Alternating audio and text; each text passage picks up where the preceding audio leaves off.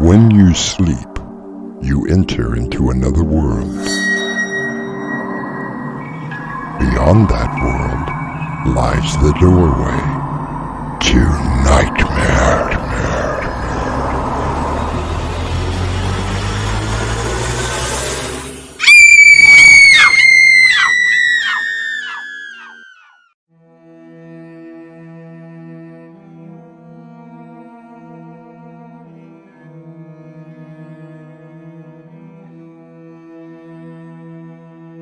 Come in.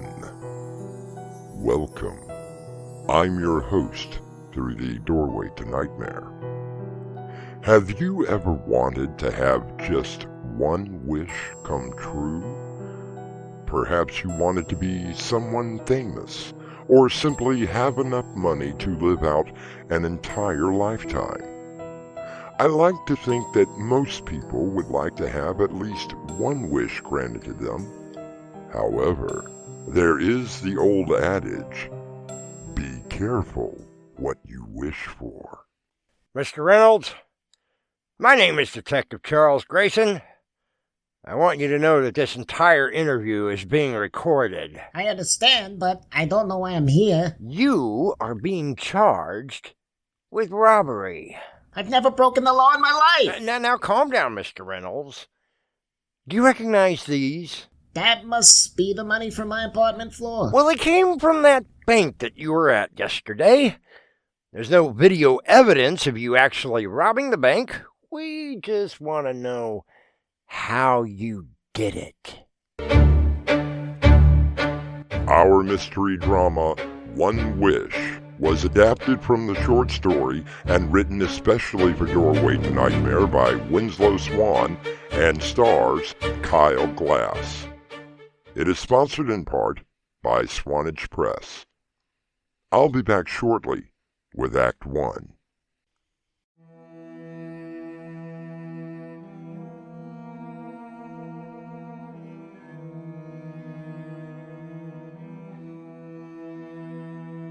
Many of you will remember the story of the monkey's paw and how 3 wishes had such a dire consequence on the owner. There is the genie from the magic lamp that granted 3 wishes. George Reynolds only had 1 wish, and he had consequences as well.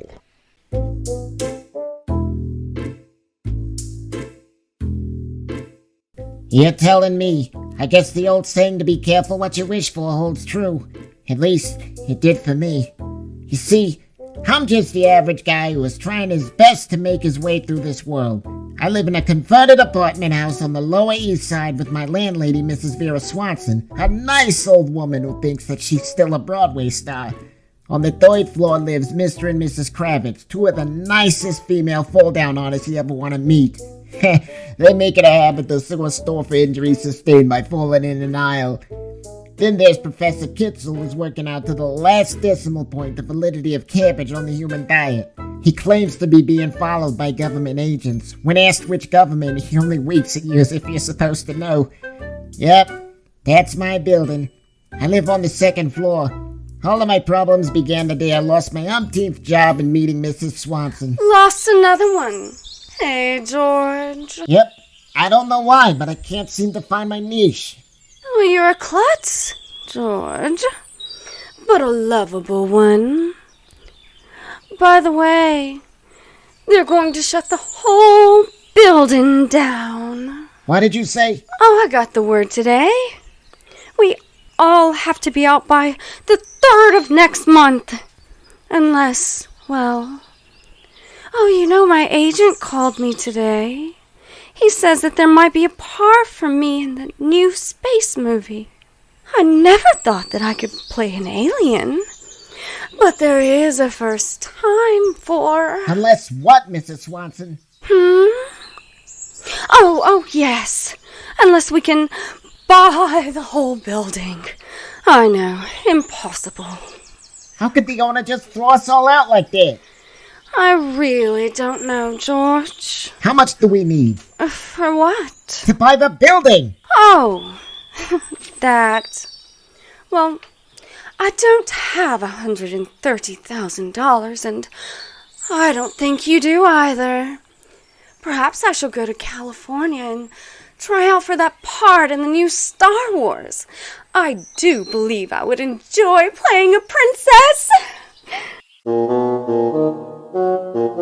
I watched her walk back into the apartment building. Granted, the place needed some work, but $130,000?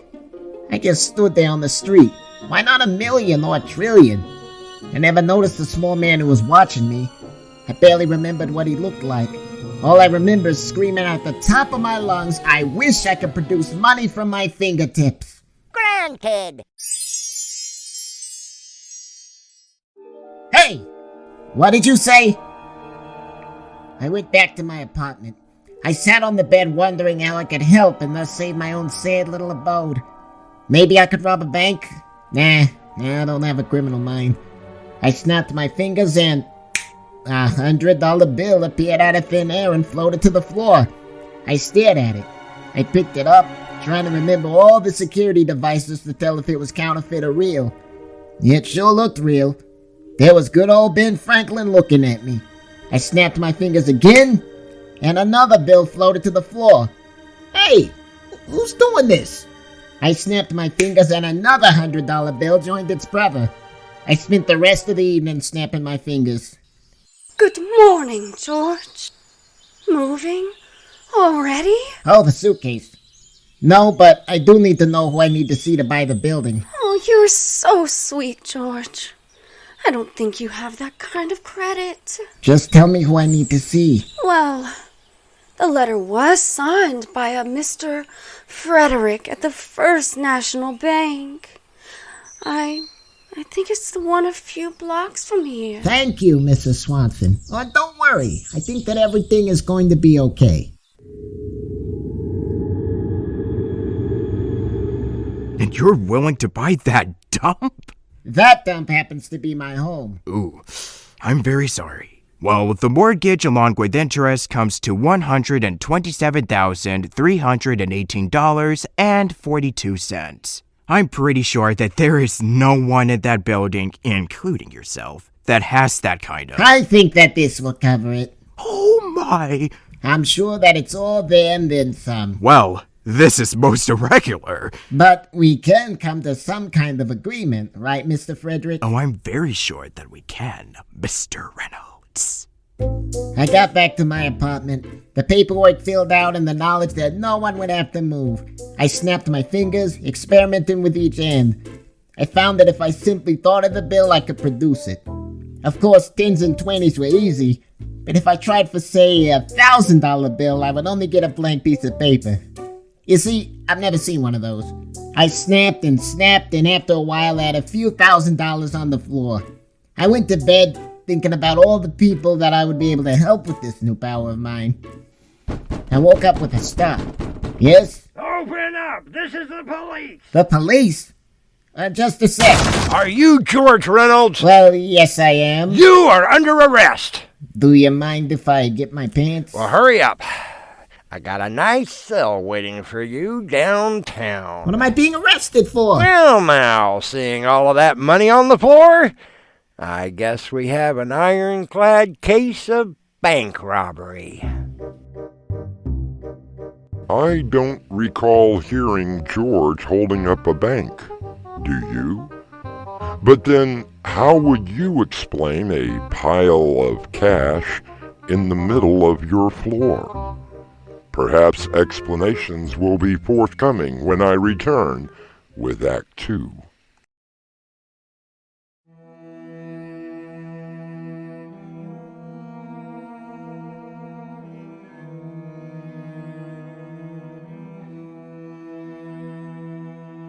Mild-mannered George Reynolds made a seemingly innocent wish that seems to have come true.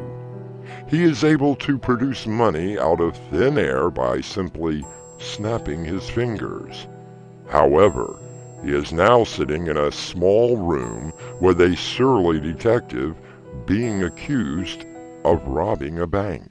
Here is a picture of you entering the bank with a rather large suitcase. Yes, but... And here are 3 $100 bills that we gathered from your apartment floor. Yes, but... Do you deny the money was in your apartment? Well, no, but... And did you go to the First National Bank yesterday? Yes, but... Mr. Reynolds, are you aware of the penalty for bank robbery? No, but... It's a federal crime, Mr. Reynolds. Will you please? Now, while we don't have you on camera committing the actual robbery, perhaps you could explain how you did it. How do you know that money came from that bank? Glad you asked. I was working a bank robbery yesterday where the money had just vanished out of the vault. Then you waltzed in there with the exact amount of cash that had disappeared. Well, being the detective that I am, I put 2 and 2 together. And came up with 5. Look, I know that you're never going to believe me, but I swear I did not rob the bank. Right, sure you didn't. You just snapped your fingers and the money appeared. Well, now that you mention it... Hey, give me that! That bill came from out of this evidence envelope. How the hell did you do that? Are you some kind of a magician? No, not a magician. I don't know how it happens. I just snap my fingers and... Now stop that! See? I can do it all day long. I said to stop that! Now look, Mr. Reynolds. What you are doing is impossible. No, just highly improbable.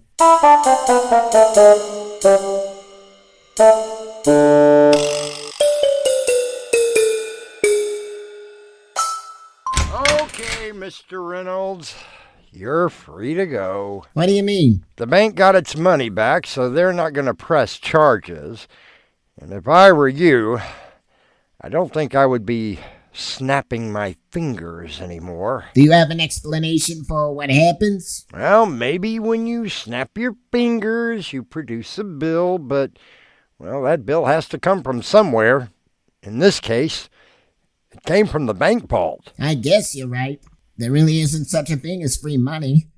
Well, it was a neat trick. Just do me a favor. Oh, anything. Don't snap your fingers anymore.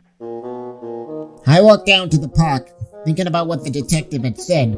Oh, sure, the bank did get the money back, but now I was left with the same problem that I had yesterday. The mortgage was still hanging over our heads. I tried to think of other places that might have money lying around that I could pluck from thin air, but that would be stealing. I would never do something like that. Mr. Reynolds? Yes. Oh, wow. You are rather large. The boss wants to have a word with you. The boss? That's right. I don't want to get rough with you. So let's go.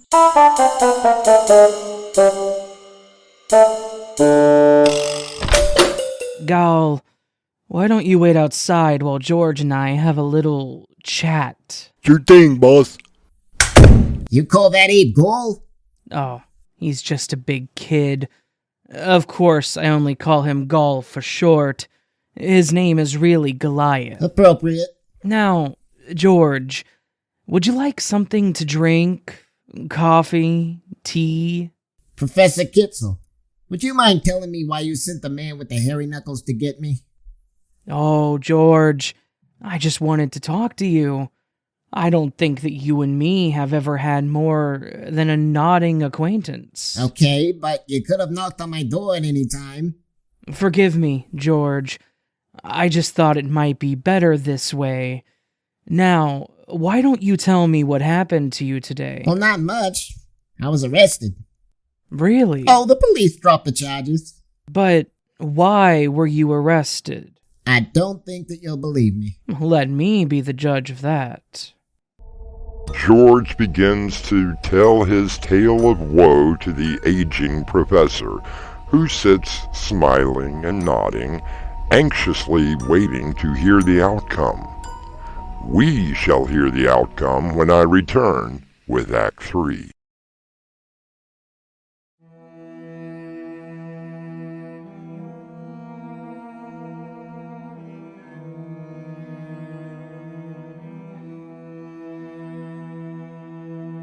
George Reynolds, who made a wish, only to have it come true, is currently sitting in the apartment of one of his neighbors, Professor Kitzel.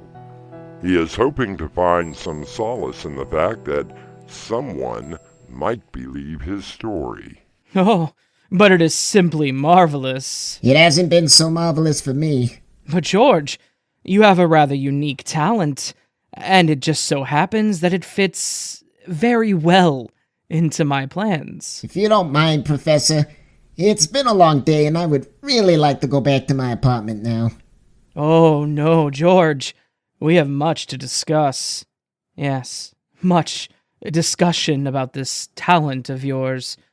Many plans have to be made. I don't understand. You see, George, there are men, rather unsavory men, who would do anything to possess such a talent as yours. I, on the other hand, know exactly what to do. You don't understand, Professor. I don't actually make the money. It comes from somewhere else, like the bank. By snapping my fingers, I actually steal the money. Nope, I can't do it, Professor. I'm very sorry to hear you say that, George. Gaul, I believe that our friend George here needs a rest. No problem, Professor. Come here, you. Hey, what are you doing with that knife? You see, George, I really don't need you. Just your hands and your fingers. I wasn't sure what to do. Why couldn't I snap my fingers and produce a gun or a bazooka? Now, look, you and that ape, stay away from me! Marvelous, George. Now stop that, and let's be reasonable about this. Just stay back! Throwing money at us is not going to stop us. Slipping on the money isn't helping either. I wonder if I could do rolls and quarters. Hey, let me help. Ouch! Bullseye! Go! Get off of me! George, stop it! Stop it! Well, Mr. Reynolds, we meet again. At least it's not at the station. What happened to the professor? Well, death was by suffocation. You hit that giant with a roll of quarters, and he fell across the professor. Between that and all the money, the man couldn't breathe. Oh, what a way to go. Now, we found a diary that he kept. He found out about your so-called power. He thought he could just take your hands and produce the magic himself. What about the money? Oh, it's all been returned back to the bank, safe and sound. That's good. I'm really sorry about that. Hey, Mr. Reynolds, it's okay. By the way, I did find something that the professor had hidden. What is it? Well, it seems that he's been stashing money away for a long time. I know about your housing predicament, and this should just about take care of it. Holy moly! Besides, I can't take care of Mother, and I think that this apartment and you are the best things going for her. You mean Mrs. Swanson is... As she raised me. She's a tough old bird. Maybe a little nutty, but you seem to handle it okay. I guess that this should just about cover the mortgage. Not only was there enough to cover the mortgage, but there was enough to make all of the repairs that had been needed for quite some time. I'll be back shortly.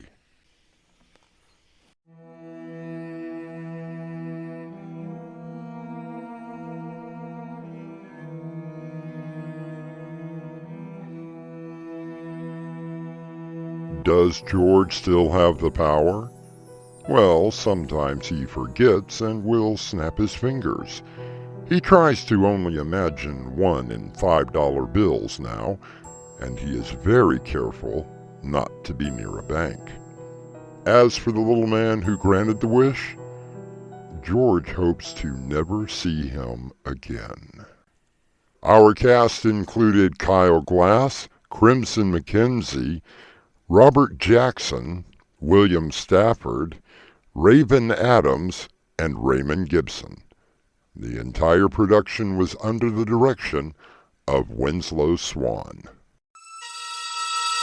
And now, a preview of our next tale. Okay, we have a caller on line 7. You are live, and welcome to the show. They are already here. Well, we are talking about the so-called lights in the sky that so many people are seeing tonight. So, caller, what do you mean that they are already here? I'm telling you. They landed a long time ago. They've been setting up for... Hello? Are you still there? They are already here. This is your host, inviting you to return with us through the doorway to nightmare for another adventure into the world of your terrifying imagination. Until next time, slumber peacefully. Epilogue. The butler did it.